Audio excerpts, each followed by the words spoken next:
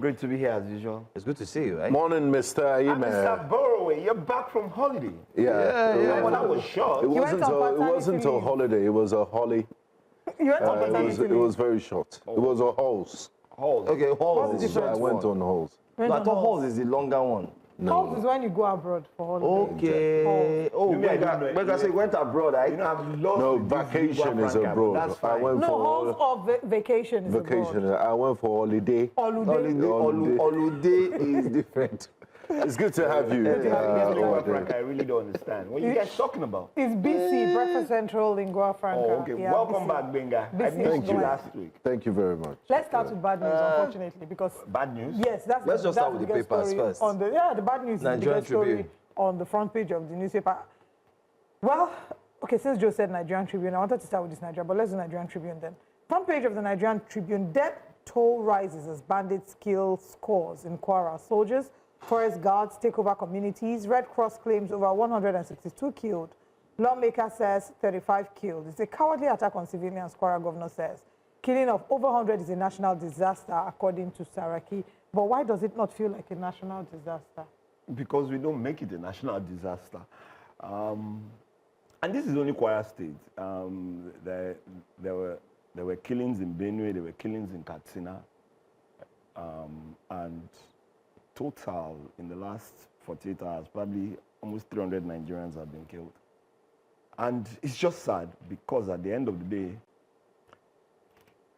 we get the same response, statements by or from every other person. And I don't think there's any remorse. The security situation is still as bad as it is. Thank God we're, after almost a year and a half, it's come back to the front pages of the newspapers. Because for almost a year and a half, I can remember we talked about it here that, we're no longer, is it that the security situation in Nigeria that improved, but obviously it hasn't. First and foremost, my sympathy goes to the families of those who lost their loved ones. But we can't continue to sympathize with families when we have a government who has refused, or governments, or various governments who have refused to have the political will to deal with the insecurity in Nigeria. And here we now have foreign boots in our country. I was on another platform and they were asking me, and in my opinion, it's just a waste of time. Nobody knows your terrain better than your security operatives. But if you don't back them with the resources, with the political power to make sure they arrest those who are committing this, they get those who are financing and funding it, then at the end of the day, you can bring 100,000 Americans onto the soil. They will lose the war. And that's like they did in Afghanistan. But let's talk about something else. Still talking about the willpower to do something and reactions to this. The presidency is not just folding its arms. Yesterday night, Mr. Bayo, I'm going to interject you. No, I'm getting somewhere. I don't go anywhere because every time these things happen, we hear one big statement. And that's what has happened again yesterday. No. So I'm tired, I'm sick, I'm tired of just these statements that come out. Mr. Bayo Onanuga would always release a press statement that carries action because Mr. President has decided to deploy a battalion. Which state was that? But let's talk about what the presidency is doing. He's decided to deploy a battalion to the communities where this attacks took place. So it's been called Operation Savannah Shield. I'm not defending the government. I'm just telling you what is happening. We have close to almost 50 operations that are happening in Nigeria simultaneously. Nothing is improving. So which one? This one is Savannah. There is the one that was the one. There are so many that I don't even know the name. So it feels like are we now saying that every time medicine after wait death? Now, yeah. No, it's not like there's really it's just death. There's no medicine. There are no nurses. There are no doctors. That's the way I see it. If every time Nigerians die, you deploy a new operation, then we are being reactive, not proactive. And security in today's world, in any world from time immemorial, is being proactive. And that was the point I was trying to make, that, oh, these people have died now, and Mr. President, just to show that the government is working, deploys Operation Savannah Shield, deploys a battalion to Kwara. Where was that? And the president came out. Oh, he has instructed, please spare me, instructions. You see, anything you do, you ask a child to go buy something. Are you with me? How do you ensure that he or she buys it? You just send the child, Olivia, okay, go and buy me pure water. When the child returns, you demand, where's the pure water? No, you give the child the money to go and buy the pure water. So are you saying that there isn't enough? Because if you look at our budget, defense always gets the highest allocation. Is it about the... It's the will. It's the will. Nigerian soldiers are dying every day. And kudos to them. Infrastructure is zero. Intelligence, nobody works upon it. You brought in foreign help, which in my opinion probably will never work. So what exactly are we doing? They've given us intelligence about those who suspected sponsors. Nobody has said anything. Nobody has been arrested. Nobody has been investigated. So what exactly are we doing? Just before we move on to the next story, Uade, my final thoughts on the security issue. Let's also look at the enemies we're fighting. We're not fighting one violent extremist group. We're fighting multitudes of violent extremist groups who operate in different parts of the country. And their modus operandi is different. It's asymmetrical warfare, more like guerrilla warfare. It's terrorism. Hit the soft target, make the loudest noise, get the highest victims as much as possible, just for one reason or the other. That's why it's called terrorism. Do you think that, looking at the geographical space of Nigeria, is it possible for the government to be at top of the situation and be preventive? Yes. And, rather than reactive. Oh, yes, and where, you know, when people talk about this, how can they do that, given our limited resources? Wait now, just listen. When people talk about this unconventional way warfare that we're in today, where did it start? The Tamil Tigers. Sri Lanka. Bless you. It took 40 years. It was a long time. And when the government decided to have the political will, it's about political will. It's unconventional, yes. I know people would say, oh, yeah, every human has a right, yes. However, where people kill innocent citizens of their country, not a country, of their country, then it's a crime against that country. And whatever you need to do, this is my opinion, you do it and get it done. And it happened in Sri Lanka. And today,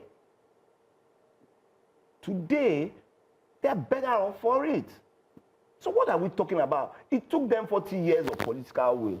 In 15 years, we've not had the political will. Maybe 15 years down the line, we would have that political will. But you must have the political will to deal with it.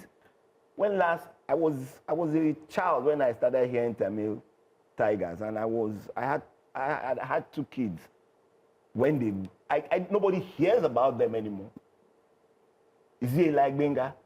Exactly, so, because you must have that political will to deal with it. Well, I mean, let's see. So sometimes when I hear political will, sometimes I find it a bit confusing, because you're looking at the fact that the government, through some perceived body language, would act like, you know, they're interested. The body language. Budget, first of all, 58.18 trillion. You see a total allocation here, 5.41 trillion. To defense and security. And with every budget, we always see that defense and security gets the highest allocation. But I tell you, it's not where enough. The money is going? Is that the issue? So first and foremost, when you look at Nigeria's budget, about almost 50% goes to recurrent expenditure. I know what recurrent expenditure is. 80% of that is salaries.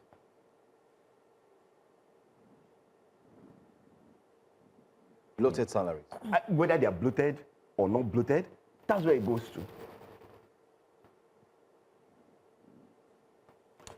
And when you say capital expenditure, what are these capital expenditure that they call under the budget? Have you sat down to look at Nigeria's budget? I've done it for so many years and I got tired of looking at it. What is capital expenditure? We buy software for software, we computers, buy computers, we buy furniture, cars, car. Yes, Bridge yes, in and flyover. No. In accounting, those are called capital expenditure for the sake of it. But we must have a structure of budgeting in Nigeria that deals with, one, infrastructure, expenditure. And when you talk about arming or providing the necessary equipment for security, it's not capital expenditure, it's infrastructure expenditure, because those infrastructures are the things that create, one, the kind of, what's it called, intelligence that you can gather, the kind of weapons that you must have to fight this kind of things. You can't be reactive. We're just every time we, at a point in time in Nigeria, you hear, oh, the armed robbers came and they had machine guns, and the police had, what's it called, shakabula, like they call it. Is that not a reactive system? Okay, we have that let's move on challenge. from insecurity, right? Yeah, and then please, let's let's go move to the electoral. Even worse. Excuse me, electoral bill. Even worse.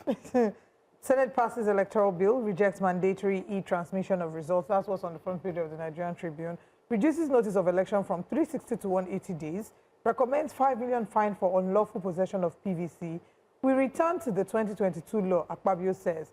Ndume, Lalong, protest conference committee composition. Senate action, a deliberate assault on electoral transparency, article says, and decision harmful to democratic consolidation, PDP says. It beats me in a country where you have people in governance who are preaching that we should use AI technology. And you cannot do simple transmission of collation. So everybody is looking downcast and forlorn. But that's the reality.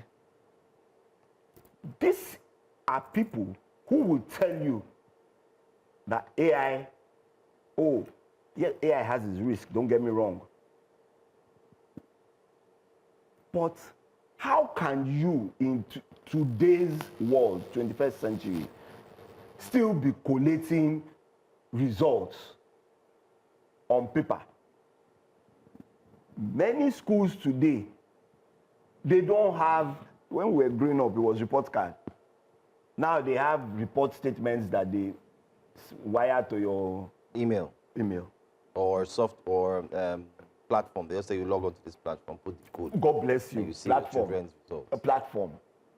And my National Assembly members believe that if we don't carry paper, that you can TPEX. In my profession, you are not allowed to use TPEX, which is standard. If there's an error, you cross it out and then you put whatever it is and sign. But it beats me. TPEX is correction fluid, by the way. For those who don't understand, younger generation. TPEX is the brand name, just the way they call all detergent that name. That starts with O. Yeah, but anyway, Gen Zs. Yeah. For Gen Z, For the Gen Zs, correction for the Gen fluids. Zs. Exactly. And I'm not sure many Gen Zs have seen correction They've seen it. It's outdated. People that have not seen Funny VHS enough, tape I still before. saw it in the market. People still VHS tape. my kids are Gen Zs, and I'm not sure, because I didn't use it, so I'm not sure they've ever You didn't seen use it. I don't use correction Okay, you don't. fluid. Yeah, it's because of your profession. profession, Professionally. You want yeah. them to To suspend collect it. my Your certificates certification. that I worked They work hard very for. hard for. But my point is this: how can people, these same people will come out and tell you what AI can do and what AI cannot do, and you're telling me in 2026, 21st century Nigeria of the world, that we cannot Is it Transmit. Transmit. Or, that's what they used to convince everybody in Transmit 2023. real-time results. You cannot transmit real-time results. But if I want to register somewhere, I can go on, sign into a website, put my name, take my picture, click send, and then they send me back my details. I work for real in this country. Where are you going for? The minister for the minister just revamped the Nigerian passport system. Oh yes, Online, and kudos to him. Mm-hmm. I was having a discussion about it a couple of days ago, and someone says, "Oh, or maybe it won't work." Why won't we work? Why? And I've said this so long. You don't need to go to a passport office. All you need to do is go to a center and then take up all your you create employment for young people. Okay, I want to take some comments for YouTube and then just to mention to our audience. Today is just not a Please go on YouTube and drop your comments. And today is just a sad day for me because all the things I see in the front pages of the newspaper is just annoying. Good news is coming up. I'm coming. Okay, on the front page of the newspapers, we can see here 2020.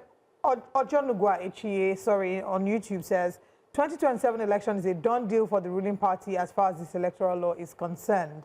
We also have another comment from Olumide Alade on YouTube. Olumide Alade says, the irony of Nigeria's reality today is glaring. The same failures the ruling government campaigned against under the PDP have only grown worse. Security is collapsing, power is deteriorating daily. Yet, instead of tackling these core issues, the focus is on celebrating the defection of 31 governors. And Prince Ajibade says we are docile in this country. Keep your comments coming on YouTube and feel free to call the numbers at the bottom of the screen so we can have a conversation with you before we wrap up. You push to the wall. You know that when you push they'll break the wall. And even when you push them to the ocean, they will create space they will create space like what's it called? Like Moses did in the Red Sea. Some cheerful news because Uade seems to be feeling the blues this morning, even though he's wearing grey. And it's not all doom and gloom in the newspapers. Let's just take some positive news. One of them is 2027 politics. Won't affect my job as FCT minister. I rolled my eyes. Says his job is going to be focusing on delivering life-impacting projects to the FCT residents. So that's one good news. Hold your thoughts to that. What projects are you doing? Flyovers. Flyovers is rivers. He's talking of in Abuja. No, wherever it is. I was having a conversation on Tuesday. Are you with me? About the... Are you sure you don't want Benga to finish the good news first? There's no good news. No, let me land, please. There's a second good news underneath it. There's second news.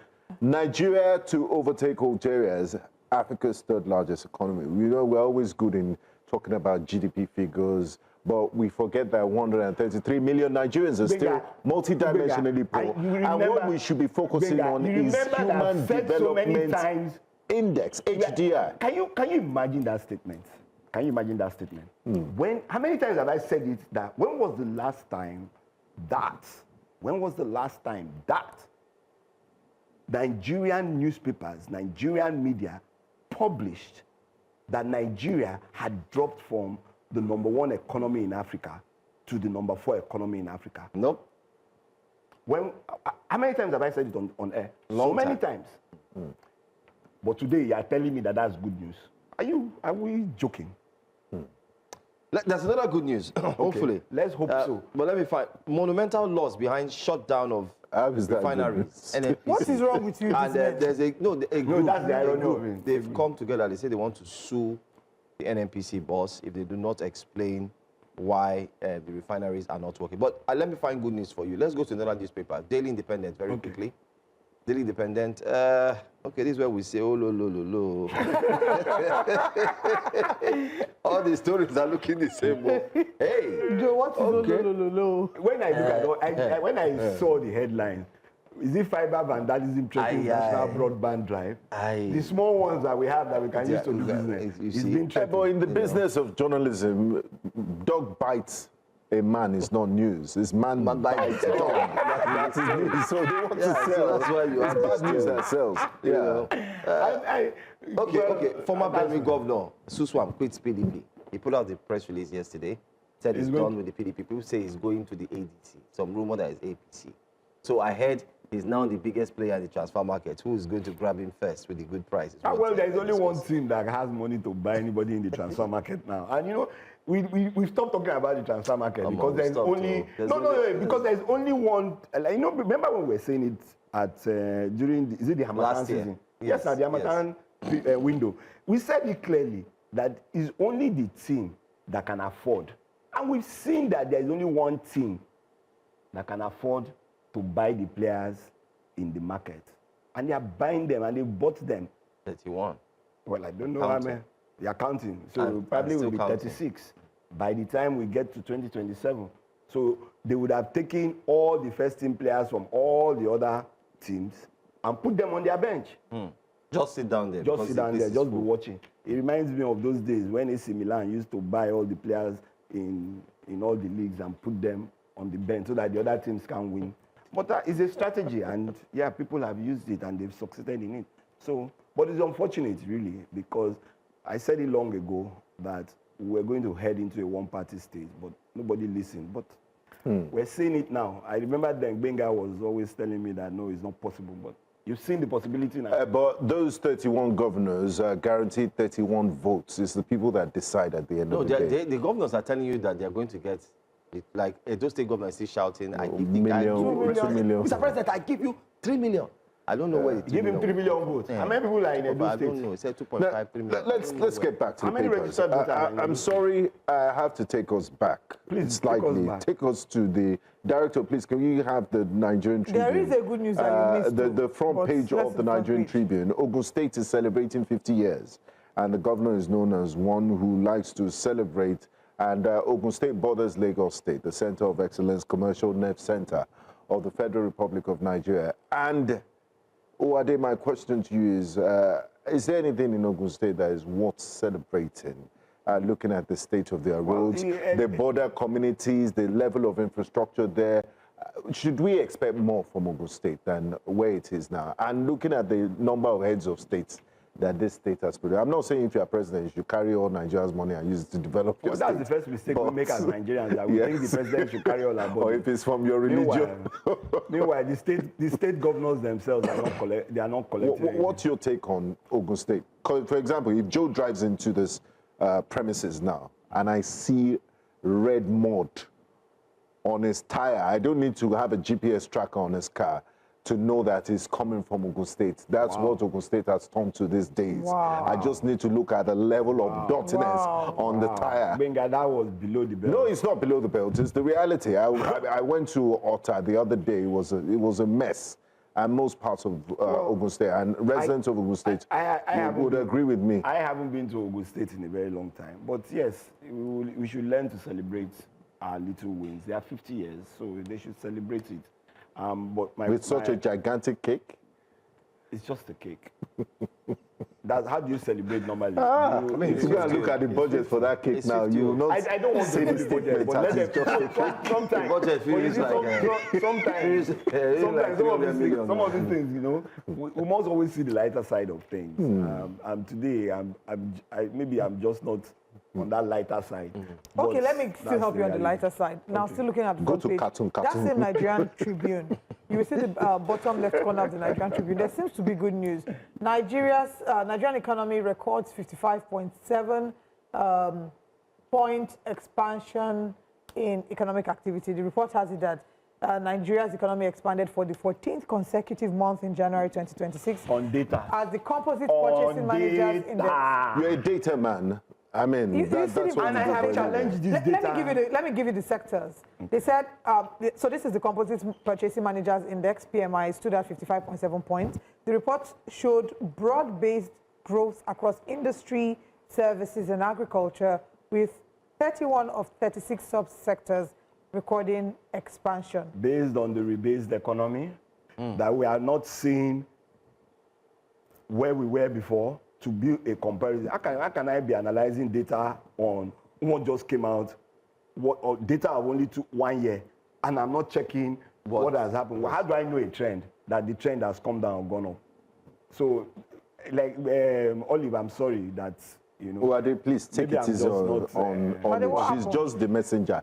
She's not the one that brought out the data. And I am She's sending not the message provider of the data. No, my I brother. just said that you were, but I just responded back. Okay. When they came in angry today, No, I'm not angry. I'm not. Let's go to this I'm just being Nigeria. realistic. This Nigeria. about Imagine what we're doing today. Today, the title of this Breakfast Central paper review is called "Searching for Good News." okay, let me read. Let me read. researching. Before you read that paper, let me go to YouTube and take a few more comments. Okay.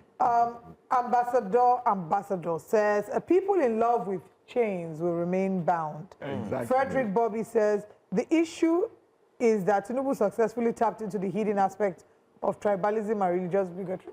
Really? Okay. That we're on the wraps of the past, and since then we have never seen each other in Nigeria as one. I think it's us. It's not.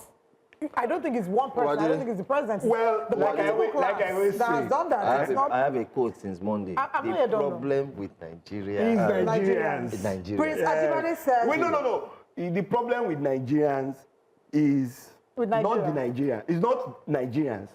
It's the people in Nigeria who don't believe that they are Nigerians.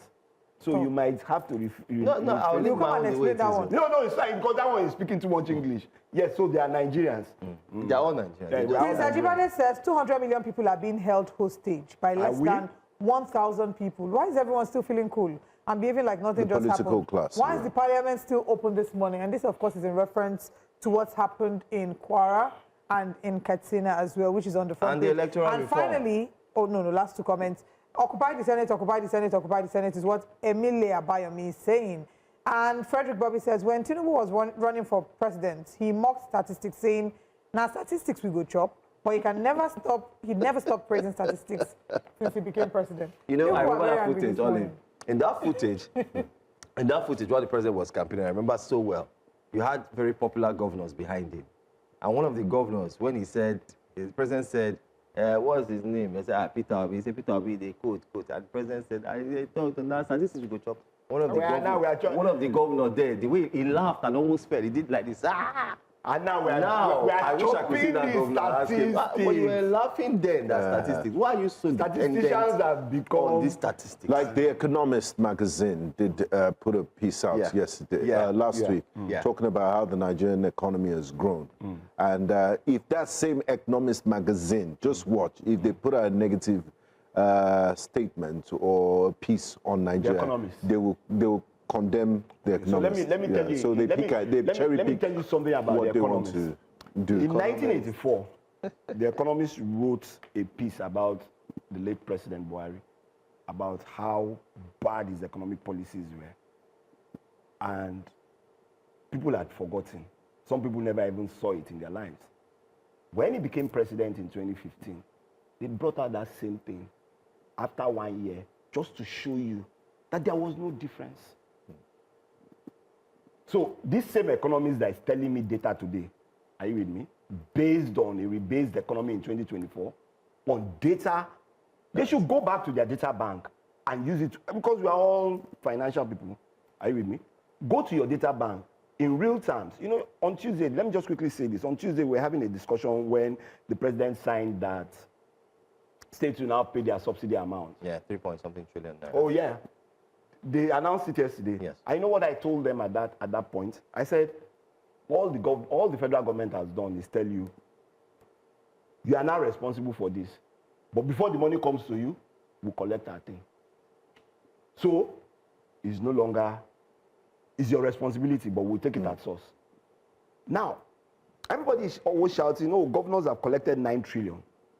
And I always ask this question, and anybody who is an economist, anybody who is a finance person, what is the real term or what is the real value of money that we earn in Nigeria in foreign exchange? Because that's how you determine what the real value is.